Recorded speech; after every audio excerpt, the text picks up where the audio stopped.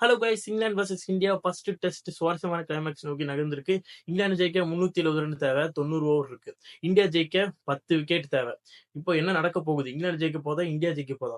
என்னோட point of வியூல பாத்தீங்கன்னா, இங்கிலாந்து 50% சான்ஸ் இருக்கு, இந்தியாவுக்கு 50% சான்ஸ் இருக்கு. ஆனா வெல் நோன் பாசிபிலிட்டி வந்து இங்கிலாந்து தான் நான் சொல்லுவேன். ஏன்னா வந்து இந்தியா பவுலர்ஸ் பொறுத்த வரைக்கும் பும்ராவை தவிர்த்து பிரசித் கிருஷ்ணாவா இருக்கட்டும், சிராஜா இருக்கட்டும், ஃபர்ஸ்ட் இன்னிங்ஸ் அந்த அளவுக்கு எஃபெக்டான ஒரு பவுலிங்கை போடல. பும்ரா ஒருத்தர் மட்டுமே நம்பி நம்ம வந்து போக முடியாது. பும்ரா எப்பயுமே விக்கெட் எடுப்பாரு. ஆனா அதுக்கு ஒரு சப்போர்ட் இருந்தா மட்டுமே தான் இந்தியா அணி ஜெயிக்கிறதுக்கு வாய்ப்பு இருக்குன்னு நான் சொல்லுவேன். இங்கிலாந்து அணி பொறுத்த வரைக்கும் லோ ஆர்டர் வரைக்கும் அவங்களோட பேட்டிங் வந்து பெர்ஃபார்மன்ஸ் செமையா இருக்கும். முக்கியமா குரூசியலான டைம்ஸ்ல ஜோ ரூட் நின்று அடிப்பாரு.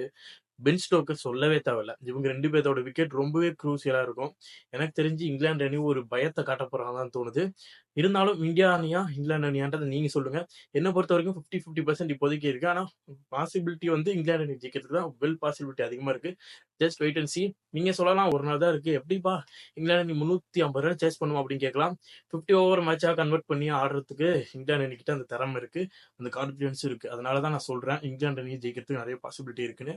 பட் வெயிட் பண்ணி பார்ப்போம் பும்ரா மேஜிக் பண்றாரா இல்லையான்னு. பும்ரா கூட சேர்ந்து சிராஜ், பிரசித் கிருஷ்ணா இவங்களும் சேர்ந்து மேஜிக் பண்ணா மட்டுமே இந்தியா அணி ஜெயிக்கும்ன்றது என்னோட கருத்து. நீங்க சொல்லுங்க, இந்தியாவா இங்கிலாண்டான்றது.